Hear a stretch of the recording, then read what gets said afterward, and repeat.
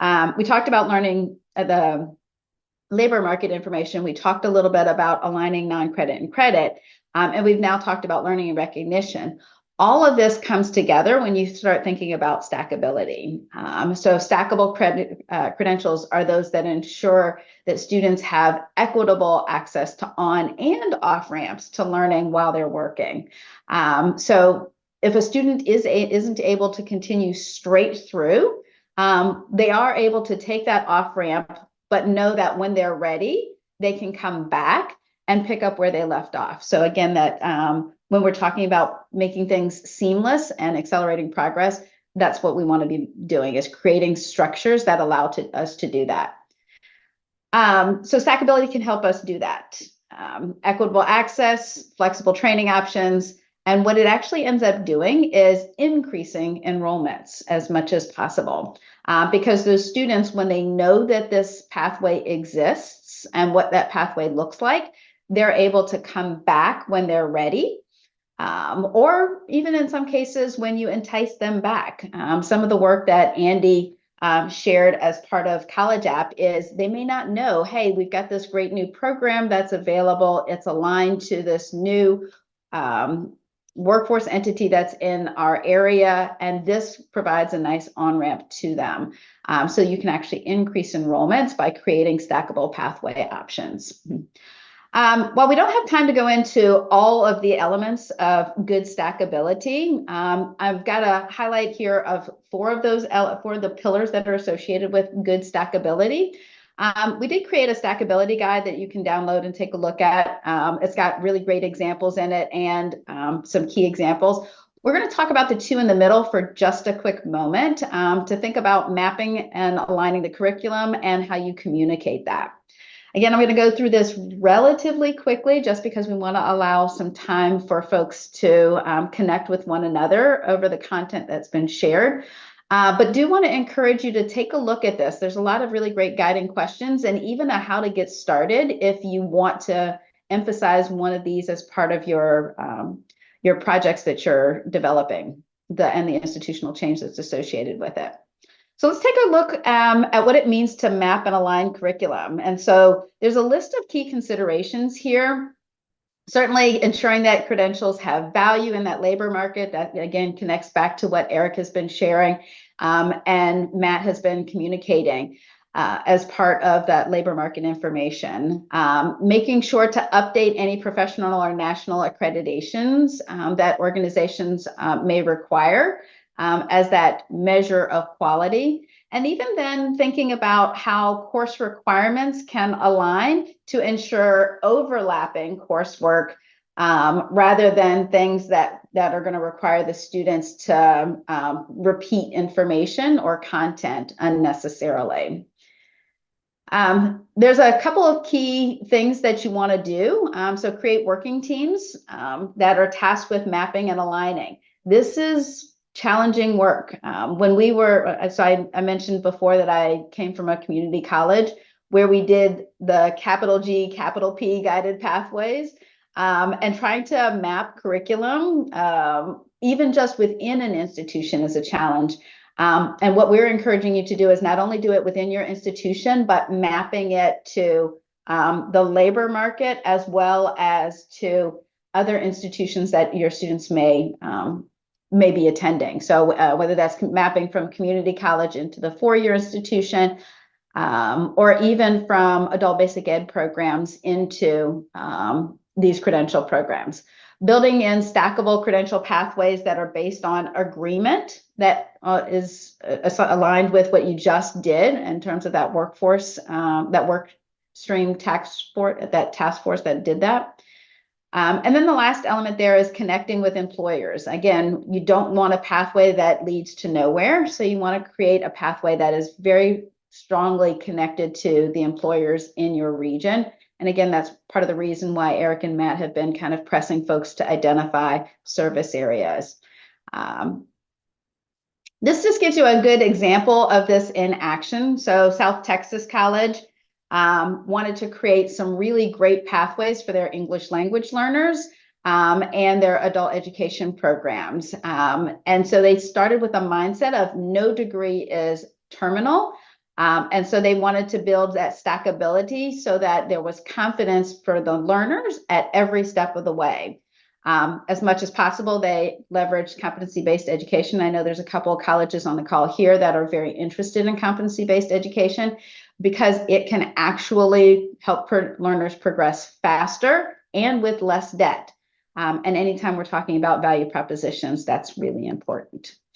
The other pillar that we talked about, that we mentioned we were going to cover, is how you communicate these pathways, and what do you need to know if you're going to communicate these pathways.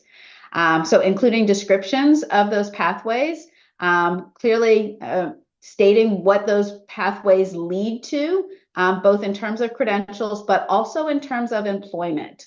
So you want to be able to outline those employment opportunities that are associated with that pathway. All of that needs to be clearly communicated to the learner as much as possible up front so that they know what they're getting into before they get started. And you can reiterate it at transition points. So as students are transitioning from non-credit programs into a credit program, and if they're starting at a community college, how that transitions into the four-year institution.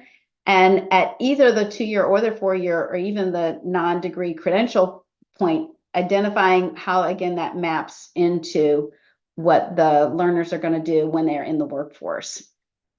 Being able to communicate even job titles, salaries, skills, all of that needs to be part of the communication. I know our Jackson College colleagues have created some maps that they're starting to roll out with their college, with their learners, that have some of this information very clearly communicated so that a student can figure out what it is they want to do. So we see here that there are a couple of elements, again, designing student-centered communications, engaging with employers, and developing an internal communication plan. It does not do any good if stackability only exists on paper and on a shelf. This has to be communicated to the learners early and often. Here's a really great example at Miami-Dade. Where what they were doing was creating some learner personas to help them better identify what to communicate and how to communicate it. And they wanted to make sure that the faculty, staff, and their communications lead, I don't know if most colleges have either a marketing or a communications team. They want to have all of these things that they're taking into consideration. The audience, what's the message that you want? What's the action that you want them to take?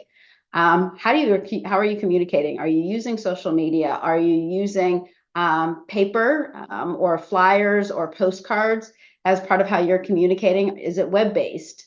All of those are the mediums of communication. How often do you want to communicate it? Who's leading those communication efforts? And how are we measuring the impact of this?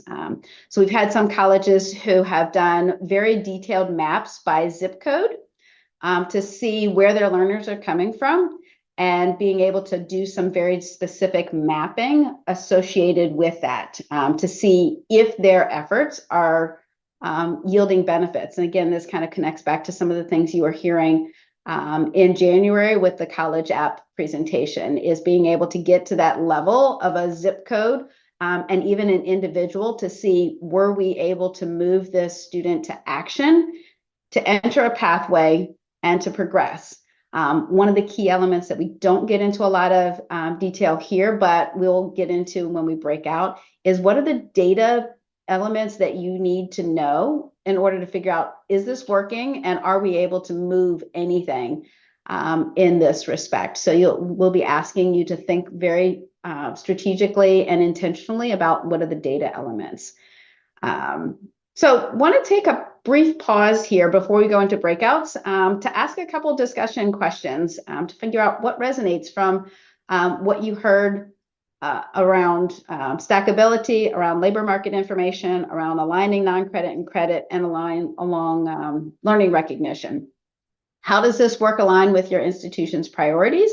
And what information do you need in order to know that this is working? So we'll talk I would love for a couple of folks to come off mute and share their thoughts before we go into breakouts. And what we're doing with the breakouts is we're going to put you in groups of colleges and just facilitate a conversation. But before we do that, anything that resonates with folks? And I have not been able to monitor the chat, so. I was going to say we had a question in chat, and it's from Perfect. Zena from Community College. As it relates to Title IV eligibility, are there any strategies financial aid offices are using to mitigate the eligibility challenges of adult learners?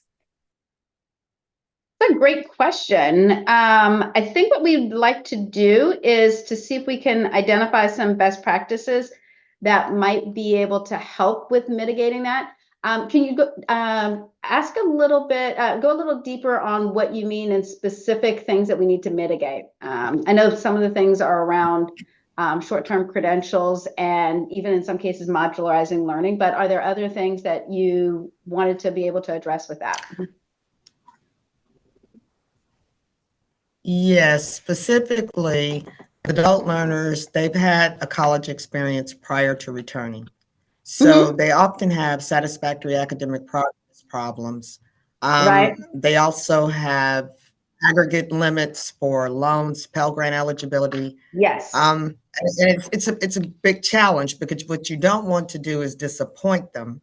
Right. You know, so that's why I'm asking what are other colleges doing. I have some thoughts about a proposal sending to the Department of Ed to see if we can participate in some kind of pilot for Oh. those students who have been out. Maybe I shouldn't say this, but for students who've been out for at least 7 to 10 years, Mm-hmm. to see if we can do some creative, create some practices that could possibly help those students and then, measure their completion rates, and maybe that'll be something going forward that the department will, recognize as maybe a choice to, eliminate some of the heavy lifting on the SAP requirements. So that's why I Definitely was agree. asking, what are other people doing, Yeah, definitely agree on the SAP challenges. Would love to hear if there are some best practices that other institutions here are, and then I can share some creative ways of using other funding.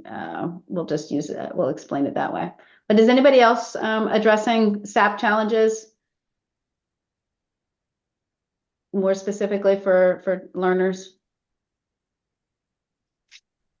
Christine, I'm going to jump in real quick and just say, Zena, we'll probably follow up with you.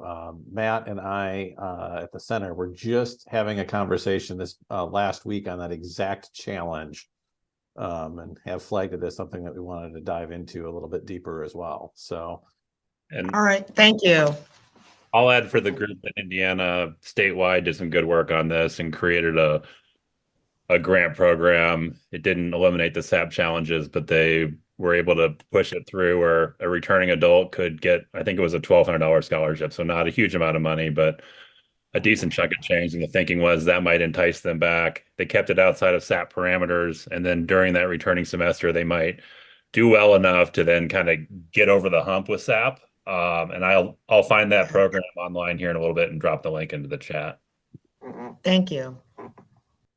And what Andy just described are some programs we've seen in other at both an institution level and some at state levels that are doing something similar, where they're creating incentives and financial awards specifically to address that, at least as much as possible, so that it doesn't become an impediment. And you'll see that a couple of other folks have dropped some things in the chat.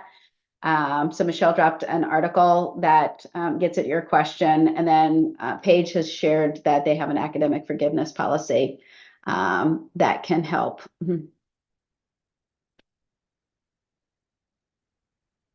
So other things that might have resonated or questions that this sparked.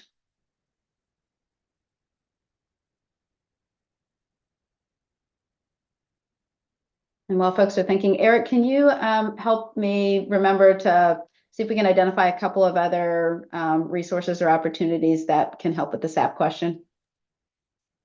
Yeah, absolutely. And the other thing I would add, just thinking about sort of braiding any federal funds, something like SNAP ENT, maybe to lower the cost of tuition. It doesn't get around SAP, but